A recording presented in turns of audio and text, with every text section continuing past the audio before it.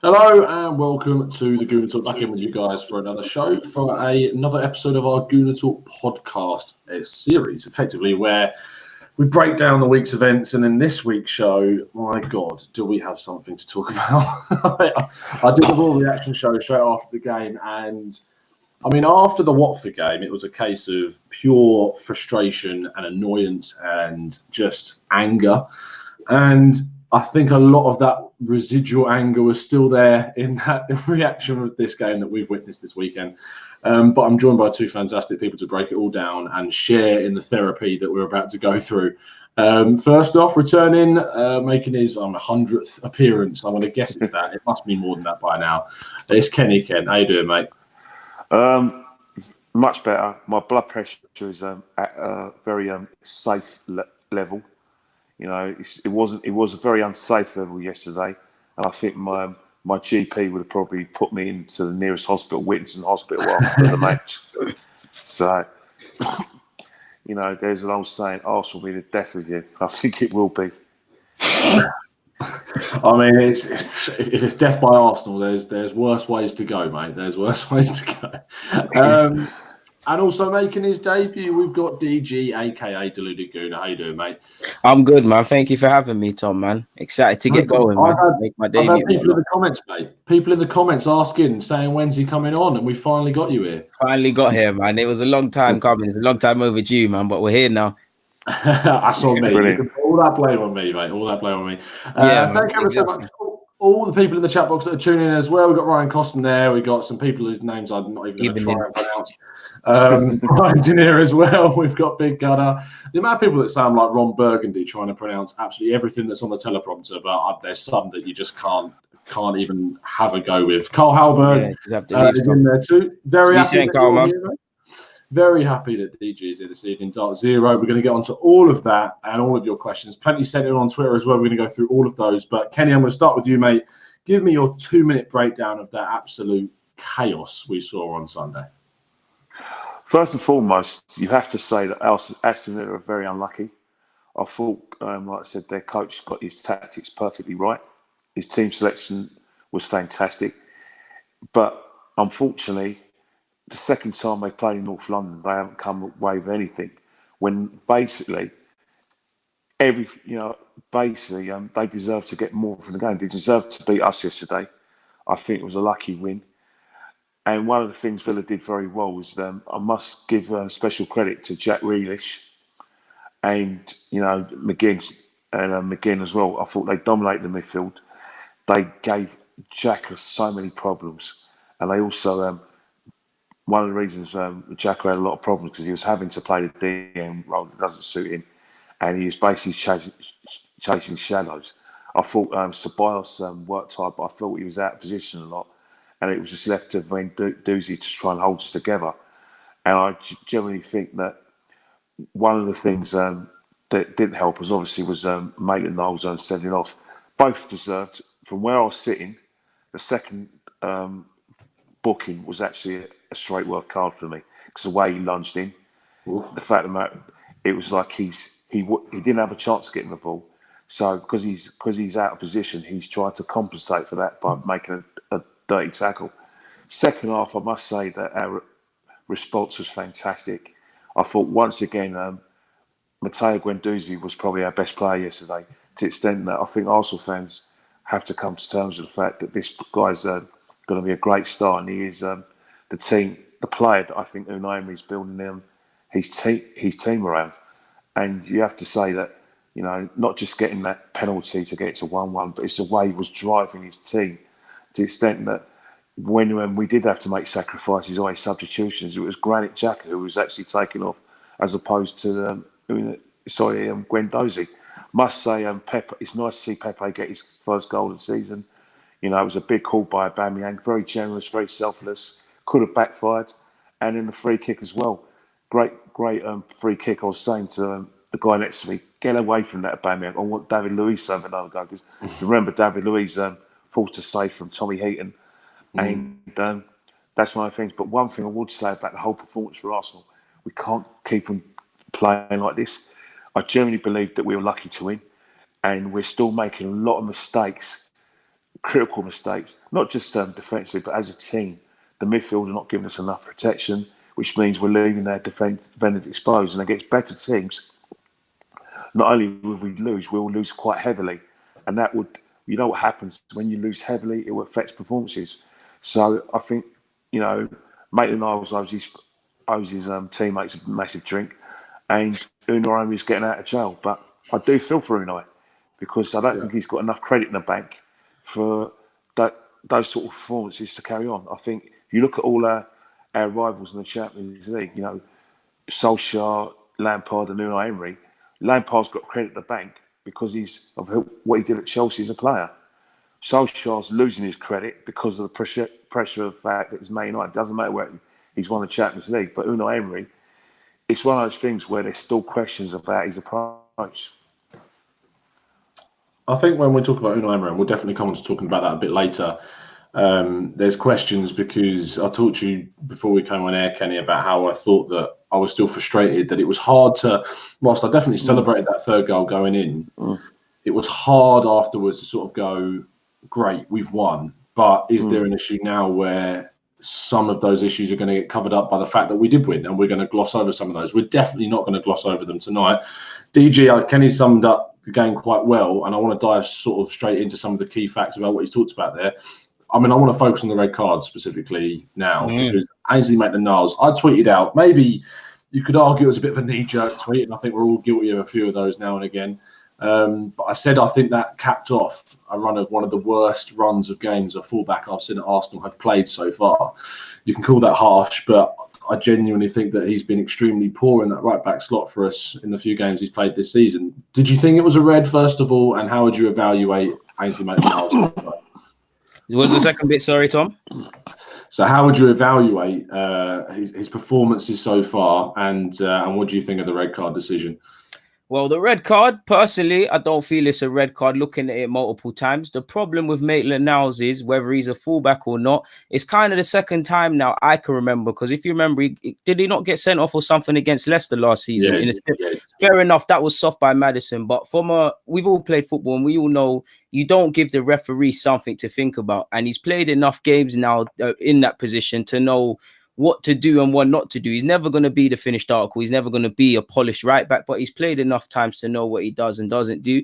Personally, I stick with Maitland-Niles. I have sympathy for him. I do think he's being shoehorned. I do think one great strength and a weakness of his is his calmness on the ball. I think there's a player of some standard for our team in there. I'm not saying he's going to be world class or nothing, but Maitland-Niles is my guy. I'll always defend him. In terms of the game, what I thought of the game, Kenny summed it up well. Me personally, I feel we got out of jail quite simply. I feel last season, these sort of performances we were putting in, and it was kind of getting glossed over if you look at the 22 unbeaten run, and now people are opening their eyes. We made way more tougher work than that had to be. Like Kenny said, unlucky on Aston Villa to probably not come away with anything. If we look at Villa, potentially we could say that's the difference between the Championship and the Premier League, because I can't remember their centre-half's name, but did he not give away a penalty and obviously the free kick that led to the goal? Angles, Yeah. So if that didn't happen, potentially they get out of it. So with their poor defending, similar to us, allowed us to get something. But we made it tougher than it had to be. That's just no disrespect to Aston Villa, but these are the sort of games that we need to go out there and we need to dominate the midfield. Again, like Kenny said, McGinn out of his skin, and the rest of the Aston Villa players played out of their skin, but we made it tougher work, and we was looking for a bounce back. We didn't get the result we wanted against Watford. We're playing at home. We all know there's a direct contrast between how we play at home and how we play away. He was looking for a kind of resurgent performance, and I can't say it was there. Credit the second half for what we did. Fantastic turnaround. We actually tried to shoot, and lo and behold, you take shots, you score goals. I mean, it's crazy what that mathematics sort of we could do. Like, it's crazy. But we had a go. Like Kenny said again, and really we shouldn't be doing this because Kenny slummed it all up. I feel Guendouzi played superbly. Yes, he's a rough diamond. He is going to get things wrong, and he's not all the way there. Potentially, I like his passion, but when we was behind in the game and he was getting in the handbags with, I believe, the keeper, I didn't really like that because we're wasting time. But Guendouzi seems to get it. He understands what it means to the fans. Away from the fans, it's just nice to see someone go out there and try and leave it all out there. And a lot of these more experienced players can take a leaf out of their book. We now go to Old Trafford, where we haven't won since I was in primary school, 2006, in the league, which tells you everything. So we need to put in a performance. They've obviously, we all saw the Man United result. They're going to have to put in a performance. So it's another game where we're not really convincing in anything. Offensively, defensively, we're not. Yeah, we're scoring goals and Aubameyang's playing out of his skin, but I'm sure we've all seen the games. We're not playing with any real fluidity. Defensively, whether players are injured or not, there's not really a base level of performance with this defense. They're not really proactive in any sense in terms of sniffing danger. And as much as I have question marks with the defense, midfield and I believe our strikers get away with a lot because they're already in more ways than one. They're almost our first and second lines of defense. So I feel we're one of the worst teams without the ball in the league, and we're really going to need to improve this, man. Hopefully with Holding, etc., coming back, we'll see an uptake in performance, but who knows, man. Picking up on 2 points you said there. The first one, I mean, it takes no genius, does it, to work out that more shots on goals you're going to see. Crazy, isn't it? I know, it's mad to think about that. And that sort of links into that point you made about the defence, because we've been questioning what is Unai Emery's style for so long. And all I've sort of come to a conclusion of is that he's someone who likes to allow the opposition to play their game. And we're allowing crosses to come into the box, we're allowing shots, and we're allowing attempts. And up until the point where we actually got that penalty, again, Aston Villa had more attempts on goal than we had throughout the game. We saw it against Watford, we saw it against Burnley, we've seen it constantly throughout the season against Liverpool and Spurs, that each team we come up against have more attempts. And it was only the fact that Aston Villa sort of made the mistake of allowing us to dominate them in that second half of 10 men that we ended up having more attempts than they did in the entirety of the football match. But in terms of the first half, we were behind in attempts. And Kenny, it was that same issue again with the first goal, is that we allowed the cross to come in. And no one closed the player down that swung the ball in. Off the ball. And it was, again, as DG said there, off the ball, we are the worst team in the league by a country mile. And being a team that wants to qualify for the Champions League, we simply cannot allow that. So defensively, for you, Kenny, what has to change? Again, it's not so much the personnel in front of them. My mantra when I watch football and I play the game as well, you're only as good as the midfield in front of you. And you've got to ask yourself a question, because when you're like I said, in training, two things you do in training: you do defence against the forwards. So basically, what's happened is that in terms of a real match situation, you're forwards bombing at you because it's preparing you for the counter-attacking football. So you should know what to do. You should be able to get used to a situation where you are going to be outnumbered.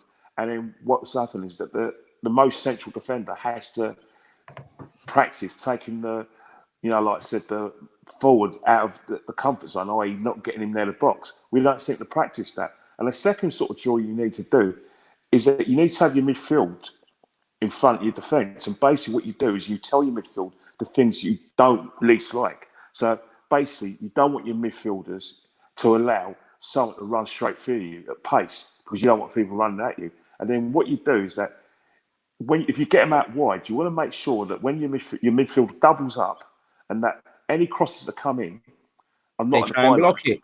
They try and block it, but you don't want it at the byline, because that's where, if you look at what happened with Grealish, the second goal, he's got down the byline. Take it away, so Kenny, what's happened is that he's got down the byline, he's put a cross in, and then what's happened is that it's now Wesley against Socrates. So it's David Luiz, so Wesley against David Luiz. So basically, sixes and sevens, man. Yeah, if he doesn't make that sort of cross where he can't intercept it, that's a goal. And that's one of the things you practice in training. You don't ever allow someone to get on the byline. Second goal, the first goal is even more criminal, because you're not following runners. That's the thing. There's nothing wrong with that cross going in from deep, because defenders, right, are meant to head that out. They get rid of that, yeah. Get rid of that. They train for that. But what happens, right, is that the second phase of play is that you don't want, McGinn to have a free run. You latch onto it, yeah. So McGinn's man. So basically, when Dozy is out of position, Sabias is trying to win the game for us from attacking mirror. So it's down to Louise ain't looking over his shoulders. Yeah. So it's down to Granit to say, you know what?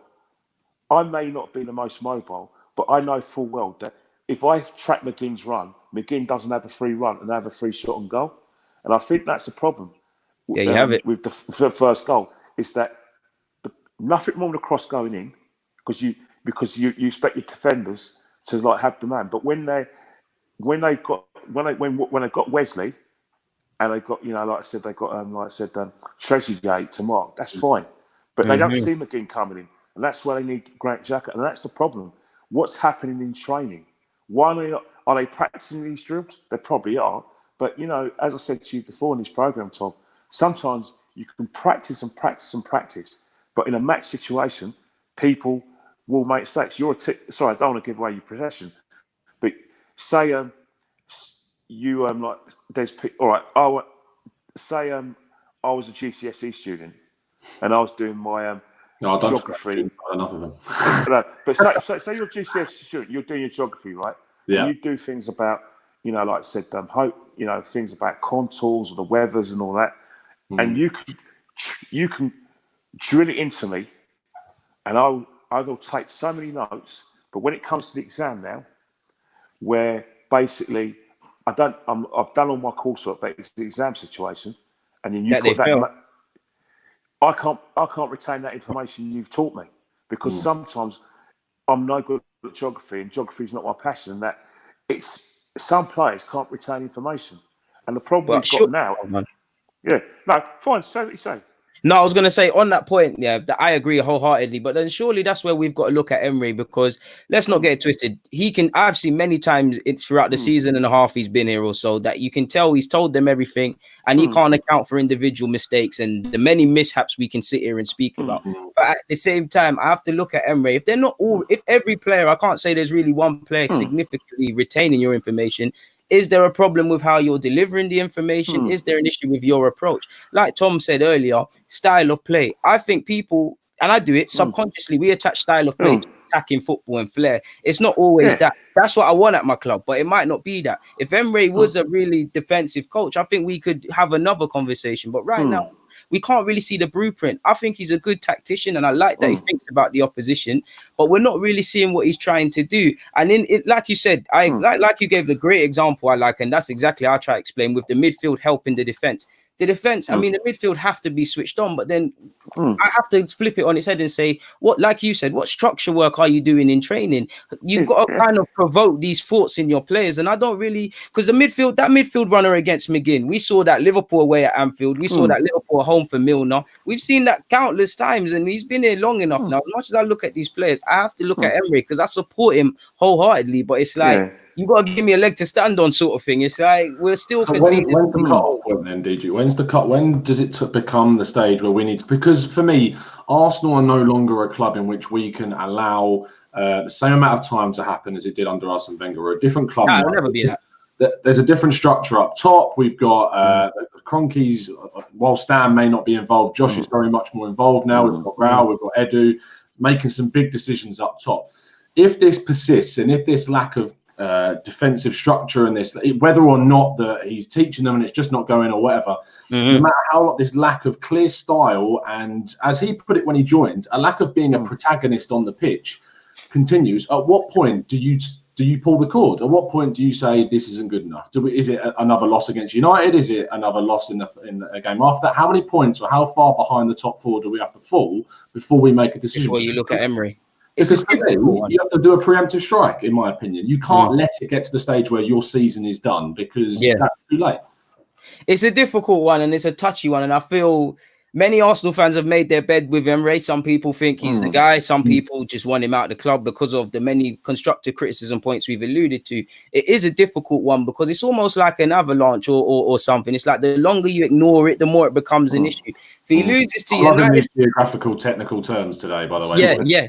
I think there's a crazy amount of pressure on him personally because we've not played convincingly. We got away with the Villa result. We got away with it.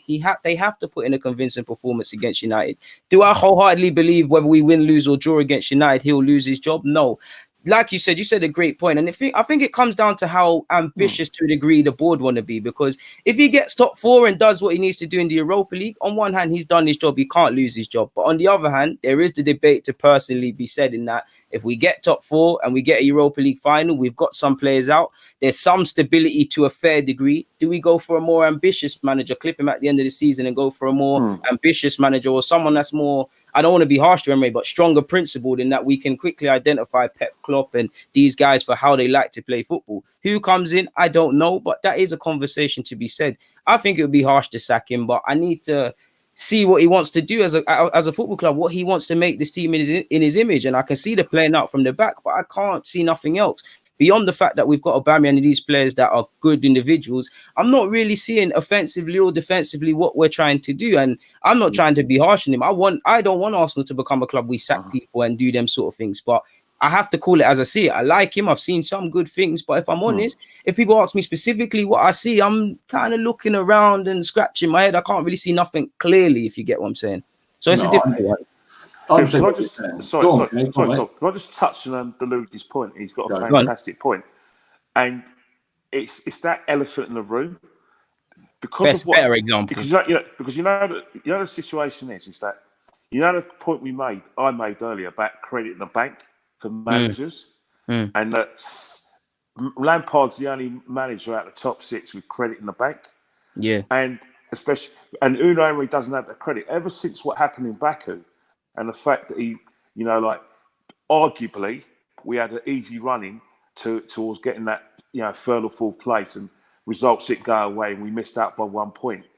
It's one of those situations right now is that Unai Emery's biggest problem is not just that he hasn't got credit for what he did last season, it's that the club's changed now because we spent so much time out of the Champions League.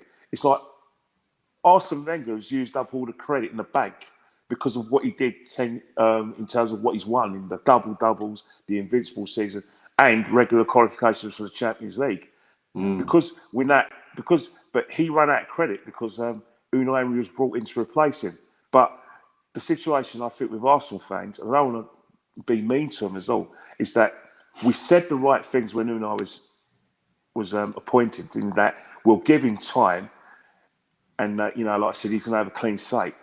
But unfortunately, results and what happened last season, and the fact that we don't feel any fiction to it means that subconsciously we reneged on what we promised, because we're not seeing any, because fans are arguably not seeing any progress. They're still seeing the same defensive frailties. We're still seeing a situation where he's not getting the best out of Mesut Ozil to the extent that he's trying to force him out of the team. He's still having the situations where injuries are still an issue. And most importantly, what he's done now is that because of what happened in my opinion, in the last few games of the season, he's now worrying more about the opposition now. He's basically doing a Van Gaal. Remember when Van Gaal's first season at Man United, and even his time at Man United, where you got the feeling that Van Gaal was a very good tactician. He was a better tactician than Sir Alex. But you think too much about people. Yeah, and he was definitely better than like David Moyes. But Man United fans don't like football, so I'm seeing similarities now with Van Gaal and Unai Emery, to the extent that Unai Emery, like Van Gaal, haven't got the credit in the bank because of what they did previously, and most importantly, it's because of the size of both clubs and the demands for the Champions League football. Perfectly summed up, really. Yeah, Kenny. I agree with you, mate. I agree with you. Said it there, bro. I want to move on to some of the listener questions that have come in for you guys to answer. It does link into what we've just been talking about there, because what we've touched on and talking about, especially other teams and how we're sort of looking at how we compare ourselves. Question came in from Srirag Suresh. He said, talking about, do you think the players are not buying into Emery's system? But it's his second question I want to focus on, DG. He says that also, which clubs among the top 6 on an upward trajectory? It's really hard to say something. Trajectory. I think United, Chelsea and Spurs are getting worse. And I wanted to sort of tag on to that to you to say that, do you think the form of the other teams, and as Srirag says there about them getting worse, is that actually masking how poor we've been under Unai Emery? I think to a degree, but on the other hand, okay, it was a bit less to a lesser extent. But did we not see this last season where we was losing games and having iffy form, but the people around us were doing the same thing? So it's almost to a fair degree history repeating itself. I'm not too obviously results have been varied for both. For all clubs, if all clubs go on a winning run, what story is painted then? So I feel we need to be careful. There's a lot of games left to be played. I think with Chelsea, defensively, they're extremely poor, namely set pieces. But you can see what Lampard is trying to implement. He's trying to do his thing with young players and playing attacking football. United seem to be in big trouble because, similar to us, what are they trying to do? Their squad, they haven't brought in players that are good enough. There's always question marks over the futures. So I'm not sure I necessarily agree with words, but it's a bit like last season, really, where everybody's fluking it. And it just comes down who wants to take their chances. Because you could bet if you was to just look at United, Chelsea, Spurs, and Arsenal, many people might not say Spurs. Many people might argue Spurs isn't the best team, but over 38 games, you would back them to probably be the most consistent. They're having question marks, or almost to a lesser degree, but the same question mark. So I wouldn't say they're getting worse. These things are funny, man. At the end of the day, it's September. What are we going to say if these clubs go in a bit of form and they're coming out of January, where I believe you should be in the mix for the top four? For now, all teams just need to look to get into the what's the term? The festive period in and amongst the top four, mathematically cool. It's not the time to be writing things and concluding things like that. But it's a great question. Definitely is. Kenny, moving on from a question from Gerbs. He asked us a couple of weeks ago, but we missed it, and he's asked me to re-highlight it again. He says, Tom, this is a question for you, but we're going to throw it to Kenny. He says, do you think we'll concede 50 goals or more this season? If yes, we won't make top four, surely. Defence out. Well, the thing about it, right, it's highly likely that will happen. If you go on the games that we first few games, obviously we've only lost once. We've had a draw in the North London Derby, draw at Watford. But one of the things that people have mentioned, and you can't walk away from it, you can't even ignore it, is the fact the attempts on goal, and that's a very worrying thing. Is that what's happening now is that even at the Emirates, Villa where it had some great situations. The Watford match, which we don't really want to talk about, but they got themselves into some fantastic situations, and I believe that they had 31 shots on goal. So, as Jimmy Greaves used to always say, if you buy a ticket, you're going to score, and I think that's the problem we've got. We conceded 2 goals at home yesterday. We conceded 2 goals at North London Derby, conceded 3 at Liverpool. That's a lot of goals for only 6 games into the season. So you can't write it off. But Liverpool in 2014, when they could have won the league, because I'm not going to do Roy Keane and say, should have, blah, blah, blah, because Roy Keane would be very angry at me.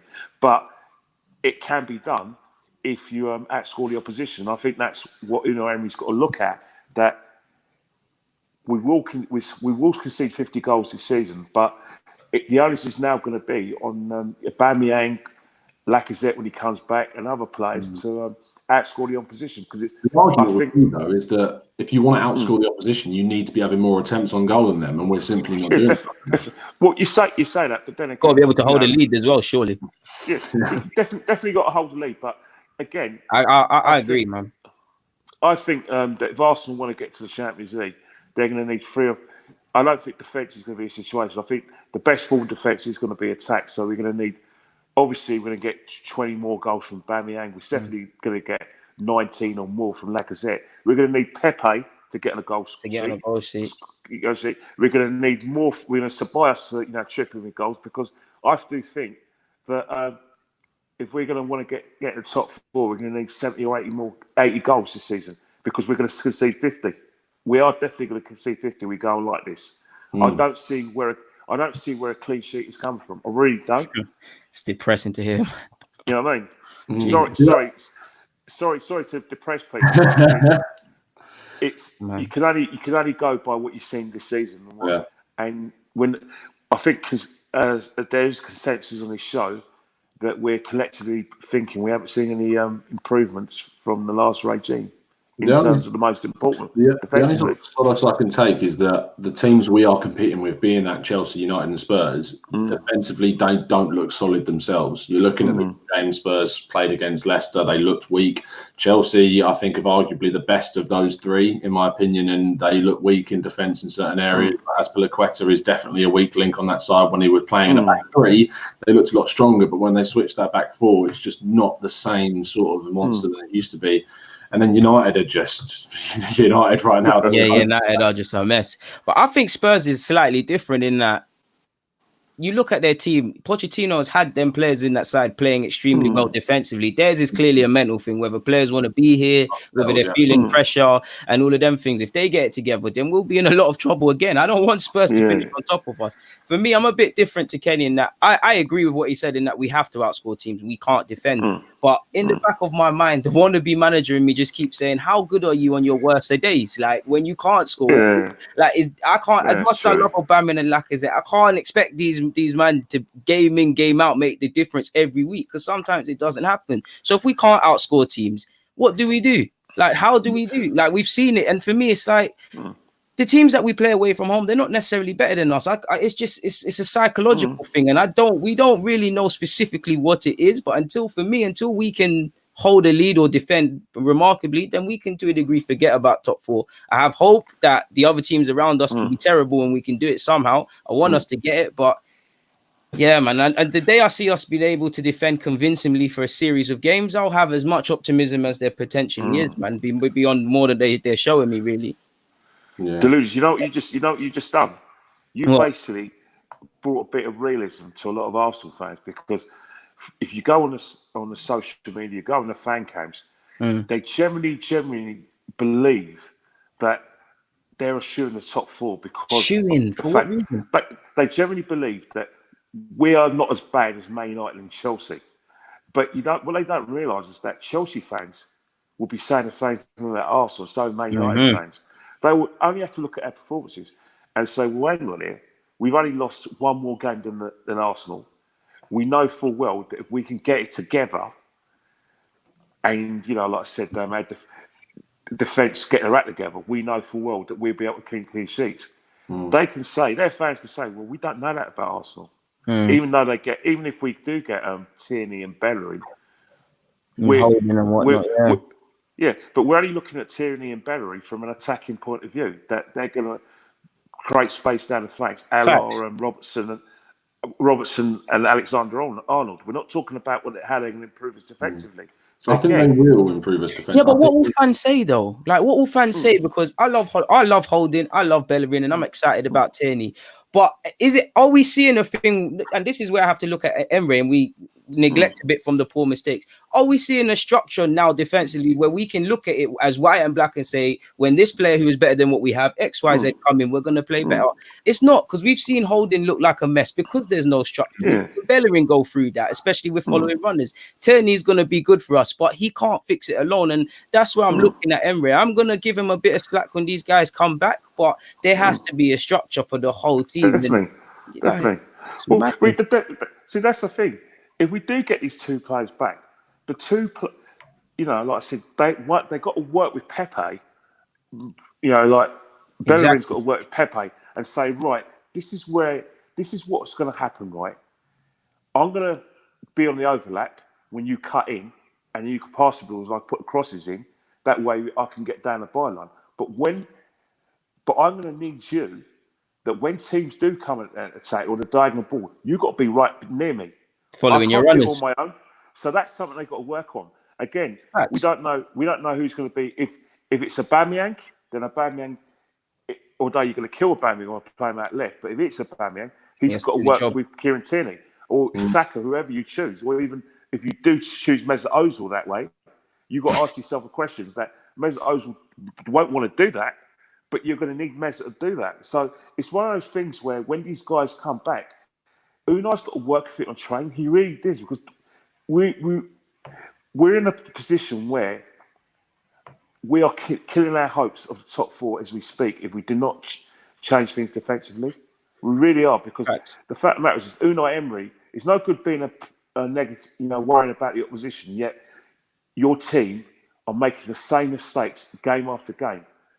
Either they're not listening to you, or you're not paying enough attention to as much attention as I think you are towards your job. Facts. You know what I mean? So basically, either have a clearer way of playing, transmit it to the players. If the players can't do it, then you drop them and get players who can do it. Facts. Because his job's in jeopardy. He owes the players nothing. If he does not get top 4, or he doesn't like getting top 4, we can lose Unai Emery as early as Christmas. That's how loyalty to Xhaka is going to cost him. Honestly, great point, Kenny. His loyalty to Xhaka is going to cost him. Now, I give Emery respect. He's got way more footballing experience than me. Him and Wenger are two different managers, regardless of our opinion. They see something in Xhaka, so they're playing him. But that is a hell of a hill for me to die on, because I don't want to scapegoat Xhaka in particular. But like Kenny said, all this video, really and truly, defensively in midfield, we're not good enough. And he's immobile. He's extremely naive. He's not switched on defensively. Like, if he was almost switched on to his limit, his incapabilities and whatnot, and kind of played accordingly, it would be different. But he's high up the field and whatnot, and his loyalty to Xhaka, we're not seeing Torreira in the team, whatever they're going through because of that. You could say Maitland-Niles potentially not getting game time because of that. Guendouzi's in the side now and on form, but he might get less time. Joe Willock might. So I'm sure all us fans are looking at Xhaka in particular and saying, like, what's going on in midfield? Like he said, he owes these players nothing. So I can't understand the loyalty to players like Xhaka, or people that are other players that are making mistakes week in, week out. Because when Emery came in, I like that he was not attached to these players. If you was doing the job, you're playing. If your requirements aren't for this game, you're not playing, sort of thing. And he seems to, I'm kind of seeing that escape him now to a degree. It doesn't really look, I don't really see what he's supposed to be doing right now, as much as I like him and have time for him. I think there's a case that Unai Emery doesn't see how this team works without Xhaka in it. I think that he looks at it being the passing and the range of passing that Xhaka has. I don't think he sees that in any of the other players in the squad. Hell of a hill to die on, though, Tom. Exactly. Of course, and I completely agree with you. I would argue that we've seen in Guendouzi playing against Newcastle, Guendouzi's performance in the North London derby, we know that he's got the ability to play those passes that are incisive, that are spraying out wide, that bring up the wingers and the fullbacks into play. He can do that personally. It's just, does he have the discipline to play on that? And I'm not saying by any chance that Xhaka has discipline. I'm just saying in the position, does Guendouzi have the discipline to play that deeper role? But I think if you play Guendouzi slightly deeper, you lose that sense of drive that he really dragged the team forward when we played against Aston Villa in that second half. I think that Torreira is someone that he didn't necessarily really want when we signed him. I think that's that was saying he had. Yeah. And I think he wanted Steven Nzonzi at the time instead of Lucas Torreira. And that's why, because he wanted that physical guy. And that's why he sticks with Xhaka, because we haven't really got a physical guy in the midfield. I'm really intrigued to see if we ever did decide to push David Luiz slightly forward into a deeper midfield role. It divides opinion because people think he is rash. People think that he's ill-disciplined in certain areas. But his passing ability is undeniable. It is there and it is very obvious for everyone to see. We knew that Callum Chambers had a very successful season at Fulham, playing as a defensive midfielder, got player of the season. He can play that role. Again, exactly. It's just the lack of experimentation that concerns me. Like, he rotates. He would do that as well. Exactly. He tinkers week in, week out, yet he doesn't tinker in the positions that really need experimenting, and he sticks with the guys that ultimately are going to cost him, as DG says, in the long run. Exactly. I wanted to press on to a question that was about Chambers specifically, as soon as we've moved on to him from Ryan Williams. He says, "Hey, bro, I hope you're all good, fans of everyone. But the question is, I've been saying from when Luiz came in, him and Sok just wouldn't work in my eyes. They're the same in defence, their work rate, they're rash, etc. Shouldn't we put Chambers in? I think he's definitely earned it now, as in pre-season he didn't do too bad at all. And eventually Rob, Callum, Hector and Tierney, with Saliba lingering around the back once he's back, could be the new back four." He suggests actually putting Luiz as CDM. DG, let me get your thoughts on that one.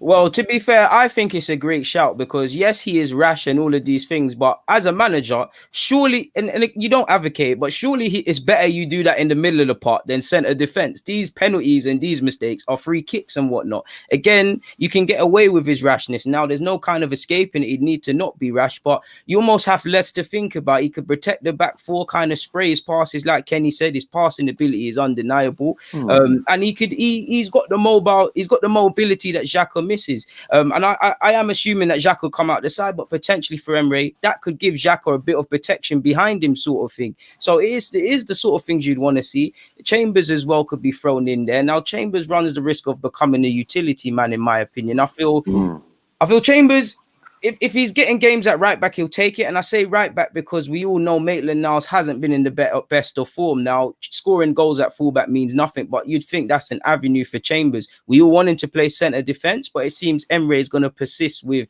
David Luiz and Socrates. On one hand, I get it because Luiz has just come in. This seems to be your experienced partnership. You kind of have to stick with it. But I have to wonder, Emre, and I know he's a fan of Holding, but I have to wonder, how much do you truly rate Chambers, Holding? And I know Saliba's gone out on loan, and it's actually a good thing, in my opinion, that Saliba's gone out for a year. He's away from the hype.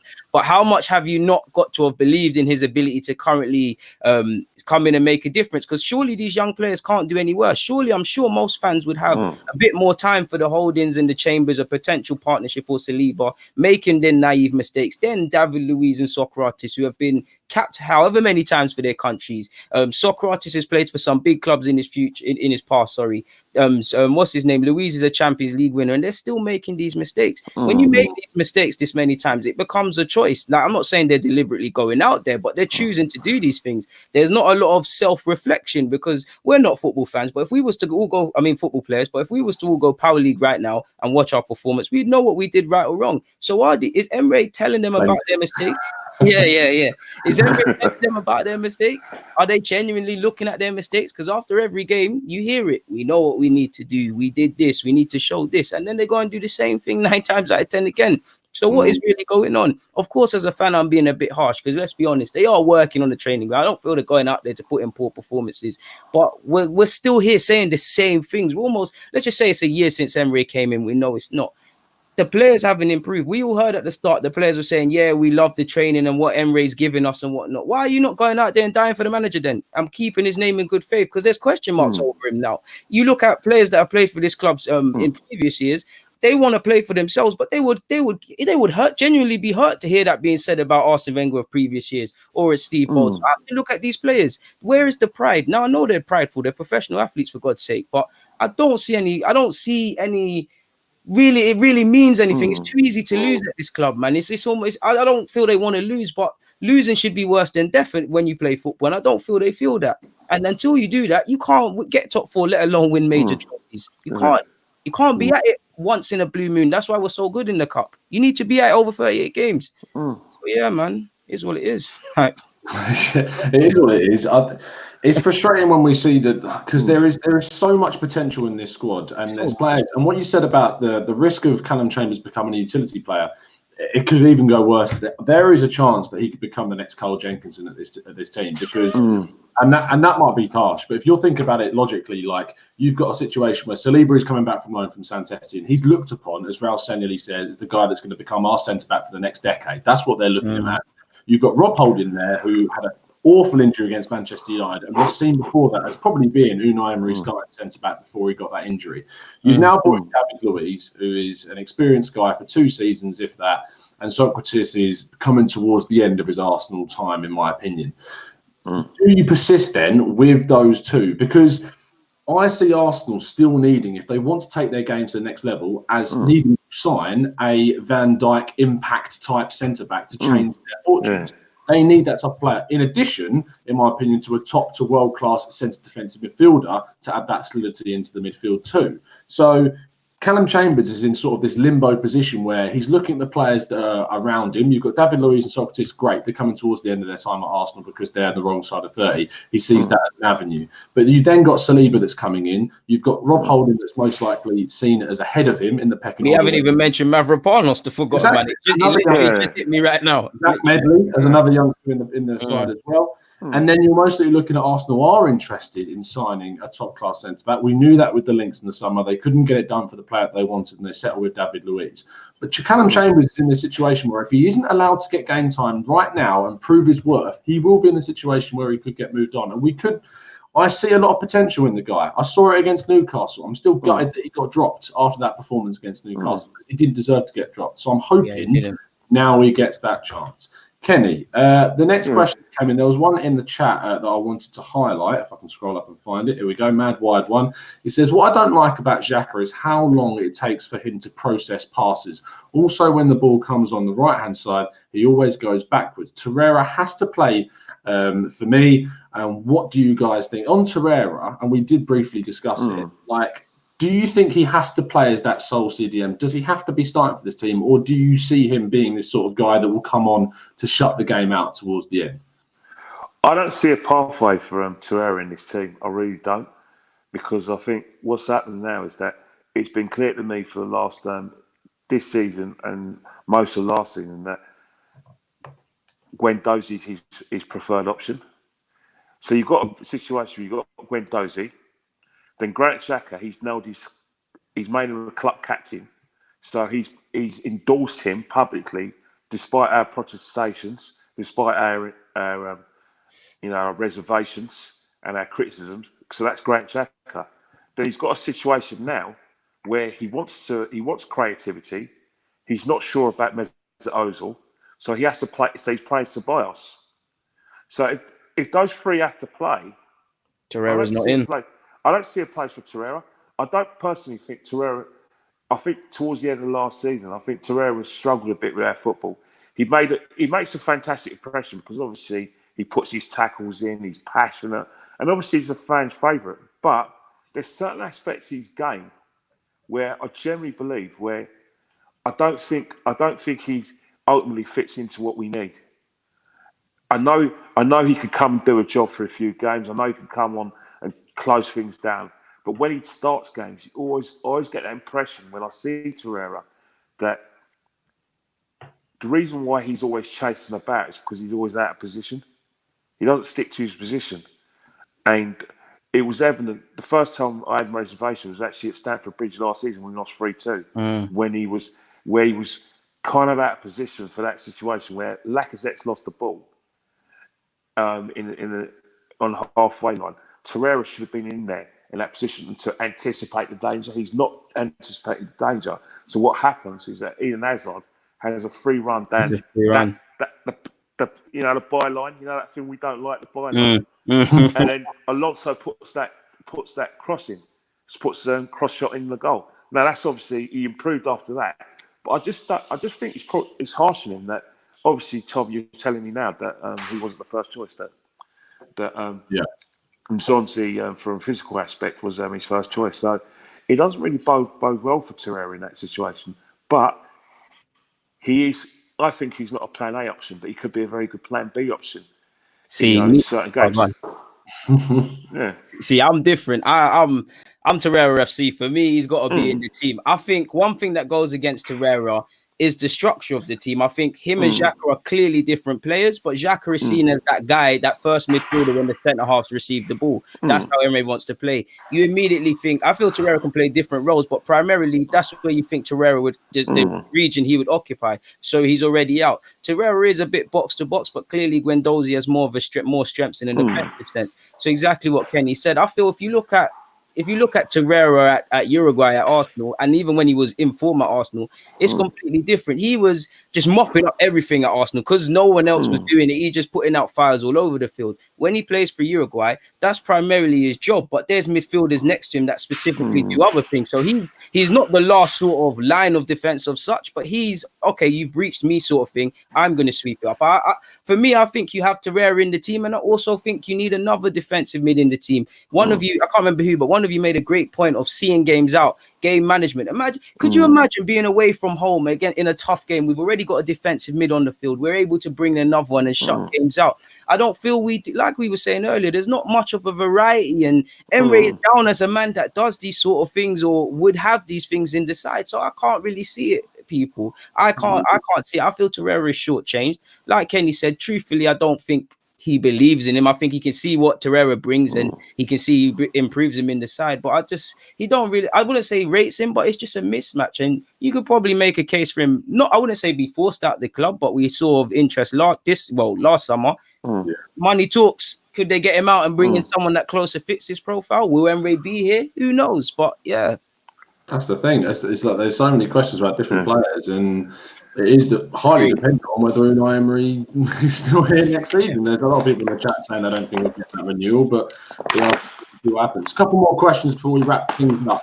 We've got 2 games before the next podcast will go live. Of course, our next one is tomorrow in the League Cup against Nottingham Forest, and then as I saw someone put it in the chat, the Banter FC Classico next Monday, which is great. We'll discuss Man United first because, of course, I want to finish off with the prediction for tomorrow's game. So, Kenny, mate, Nottingham Forest is a League Cup game. It's slightly different to Europa. We've seen Emery sort of approach the Europa League games with a more of a, and I know it was our toughest game of the group against Frankfurt away, but you play with quite a few senior and first-team players in that fixture. Do you see this being a more heavily rotated fixture with the likes of Martinelli coming in, for instance, or do you still see him play like the first-team players, like seeing Socrates play, David Luiz play, or do you see him playing those youngsters? He's got to play the youngsters because I think he can't afford a situation where he's losing his first-team players. Last year, he's very new to the league, so you were seeing a lot of first-team players or first-choice players playing in the cup competitions because I think he wanted to get them.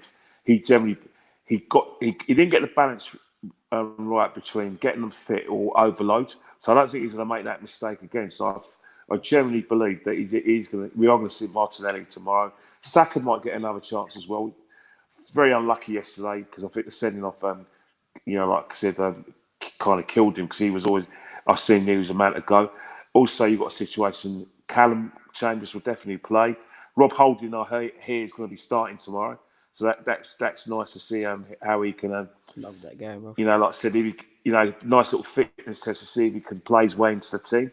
We've got a Martinez in goal who's definitely going to play, and there's other players. Joe Willock is definitely going to play in my opinion as well. So a lot of youngsters. Yeah, Smith Rowe will definitely get a game as well. Hopefully. So predominantly he is going to play a lot of youngsters. I generally believe now that Unai Emery has to kind of prioritise the Champions League because it's from a business point of view, he has to do that, and also player recruitment. So the team against Nottingham Forest is still going to be a team that I think is going to win quite comfortably, but it's not going to be if you're going to take your kids to the Emirates for the first time, hope to see players like Mesut Ozil and Aubameyang play. Don't waste your time. Break it gently to your son and daughter that you are going to see younger players, but it's still a team that I think is going to win well tomorrow. What's your prediction? I'm going to go for Arsenal 3, Nottingham Forest 0. Okay. That's the same as what you put in your quick take video, is yes? I believe it was. I'm not sure I put it. I must have changed you. You know how I change my mind. Change every minute. one thing I do think is I think Forest are in a situation where, getting into the playoffs is more important than the Carabao Cup. So don't expect to see Forest playing a lot of first-team players tomorrow either. So that would put us in a great advantage tomorrow. If you did watch the quick take, which is live, where you get the views of all the regular podcast boys, their 1 to 2 minute breakdowns of the games, you would have seen Mike from the Gooners pod with a rather, as I put it on the show earlier, quite half cut, it's fair to say, when he was recording. He definitely had a few when he recorded that saying, and he did highlight the last time we played Forest. I was there at the Forest grounds when we lost 2-1 with Lee High scoring that absolutely ridiculous shot from outside the box. I think that was Mertezaka's last game for the club as well, possibly. It was so early on in the season, but he just never seemed to play again after that point. And it will be a different game for sure at the Emirates. It is completely different there. People in the chat are saying Martinelli to start, possibly even John Jules as well to get a game. Hopefully, we need him. He's a lot of potential. I want to see Tyrese John Jules. Really want to see more Balogun. Yeah. DG, which of those youngsters would you be most excited about seeing play against Forest? I mean, it's tough against me because I love all these young players, but I would really want to see either Balogun or Tyrese John Jules play up front. For me, Aubameyang shouldn't start. You have him on the bench purely as insurance. So it's a good chance for one of them. I'd say I love all of them. I'd love Nelson. I love all of them, but I'd say Martinelli purely because we've seen the least of him. Like we saw him come off the bench against Newcastle, but we ain't seen him, and this could be his chance. And we obviously at Arsenal we've had good Brazilian players like Edu and things like that and Gilberto, but we haven't really had a good winger like that. And he's obviously young and Brazilian, and he's got a lot of potential. So we all want to see what he can do, man. So I'd probably say he's the one I'm most excited to see. I'd love to see Saka and Nelson, John Jules, but just in terms of all the youngsters, to be fair with you, man, we're Arsenal Football Club. This is what we want to see. That's something we're ingrained. So I'd say all of them, but Martinelli in particular. Yeah, it's interesting. Obviously, a lot of people are still sort of rooting for the fact we decided to let Nketiah go out on loan, and I see the complete reason behind him. But now with Lacazette out and seeing Aubameyang as sort of this guy that we are so leaning on to be the focal point of the team, not having Nketiah there as backup is making us look that little bit more fragile. But completely understand the point that we were sending him out on loan. He is the minutes. He's having a fantastic time at Leeds so far. And hopefully next season he comes back. But there is a chance now for the likes of Balogun and John Jules to come in, state their claim, do their business, and if they can get that done in there, they're going to show the manager. We've seen in Saka performance against Frankfurt. Take your chances, you never know. Exactly, take your chance. This manager will, as we've seen some evidence of, give you the opportunity to show it in those competitive fixtures. So it's going to be interesting. Obviously, the last part I want to talk about before we wrap things up is, as it's been called in the chat box, the Banter FC Classico against Manchester United at Old Trafford. Kenny, my question to you, is this the best chance we've had in a very long time of beating a top 6 side away from home? But we said that last season and the season before that. In fact, we've been saying that every season since Sir Alex Ferguson has left Man United. The situation is that in terms of the game, we're not in a well. Man United have got nothing to lose. I have to ask, if I was in a room with Ole Gunnar Solskjaer, I'll have to say to him, do you sell Romelu Lukaku and not replace him as sell it forward? It mind boggles. But that's Man United's problem, not ours. In terms of what we need to do, is that this is where Unai Emery's got to earn his money. They are there for the taking. The fact of the matter is they have got some significant injuries. We don't know if Paul Pogba can be fit, and if he is fit, and he is rushed back, he won't be 100% fit. So that's another thing that we need to take advantage of. His team selection has to be spot on. He has to play with a lot of pace, that is pace on the counter attack, and he has to be solid in the midfield. He can't allow Man United to win that midfield battle.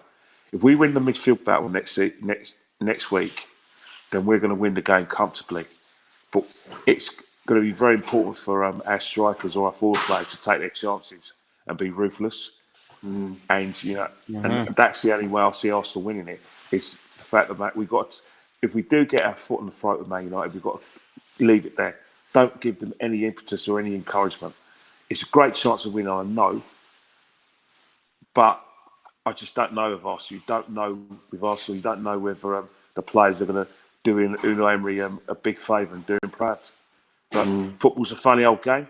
Funny game, yeah. The only way to beat Man United is on the counter-attack with pace and being clinical. And we kind of saw that last year when we had that mad game where we conceded immediately after scoring. With De Gea, I think it was Mustafi got that header in on De Gea, but we didn't take our chances to keep that lead there. DG, do you think we'll see any sort of improvement in the defensive line, especially with Maitland-Niles possibly being out? His suspension is served in the Carabao Cup game, but I'm intrigued to know whether you think that Chambers will maintain a place possibly at right back. To be fair, I think Arsenal fans got to remember at times how Chambers played at right back. To be fair, he'll be shoehorned and he'll go through tough periods. But I remember Swansea. Yeah. Jefferson Montero. I haven't seen him again, but we all remember what happened to him. But just simply by playing games, if there's an opportunity, they're all professionals. If you can get games there, and then that conversation will be had in regards to Callum Chambers, because we got to remember Maitland-Niles, same way, midfielder by trade. There's opportunities there. On one hand, we can say it's not your role, but every game in theory makes you stronger as a player. I do think Chambers, if he is given an opportunity there because of Maitland-Niles' form, and I actually don't know if Maitland-Niles is injured, there could be a role for him to have there, because yeah, man, it really could do. We all know he's a centre half. We all know he probably should get a chance in midfield before he does that fullback. But opportunities are there to be taken, whether that's your role or not. If you want to play games, you've got to do that. So probably, my guy, Tom. Yeah, and it's fair to say that Bellerin is very, very close. Played 60 minutes. Yeah, completely forgot about him. I mean, I didn't even think about it. 60 minutes against Wolves in under 23 side. Is there the slightest chance we could see either of those two tomorrow? I mean, it wouldn't be against all possibility to see him in that game. But surely that rules them out of the United game, though. It would do, but I think it's a good test. I think there's an arguably to say it's a good test against Forest to put them back in for a competitive fixture, but we'll just have to wait and see. That's going to wrap things up. I think it's been an absolutely fantastic show. Kenny Ken, pleasure as always, mate. I've fully enjoyed it. Deluded Gooner, it's a pleasure to be on a podcast with you. You've always no, man, Kenny, you're my guy, man. You're the OG in this, man. So, Tom, it's always an honour to be invited on the show. I enjoy the show very much. I'm going to leave you one thing because I like to leave you with something. If anyone has any temptations of playing Chambers at right back, which Deluded Gooner alluded to, think about. I love that Deluded Gooner alluded to. That's brilliant. just picture James against Chambers going down Chambers' side. Do you really, really want Chambers there, or would you really have Maitland-Niles there, who has the pace? Can't, probably is a bit of lackadaisical, but come on. I think Maitland-Niles will have to play. James is playing there, isn't it? No, I agree with you, mate. I agree with you. And DG in a debut that's synonymous with Bukayo Saka. I said that wrong every time. Bukayo Saka debut in the Europa League. Massive pleasure, fella. Massive pleasure. Oh, no, man. It's been a pleasure speaking with you and Kenny, man. I mean, I'm always here for Arsenal fans, and we've had a good chat, and we're the heartbeat at the club. I mean, not just us three, but football fans in general. It's just us three. Yeah, we could say that, but it's been a pleasure, man. Honestly, we've got to do this again. Yeah, of course, mate. Of course, welcome back anytime. And of course, thank you to everyone in our fantastic live chat this evening. Thank you ever so much for tuning in. So many of you, over 200 of you watching live, which is great. And I'm sure we'll see you straight after the Nottingham Forest game. There hopefully will be a show for you tomorrow morning. I'll be having a chat with Stephen Topless of the Forest Ramble, who's going to give some breakdown on how Forest fans are feeling ahead of the game. But that is going to wrap us up here this evening. You can still go back and check out the quick take, which went live about 3 hours ago, with Kenny Ken still on there, repping the show, and some of the other boys as well, giving their thoughts with I'm going to be honest, a very drunk Mike from the Gooners podcast giving his take as well. So please do go check that out, have a laugh at that, and we will see you very, very soon. And as always, up the Arsenal. Up the Arsenal. Up.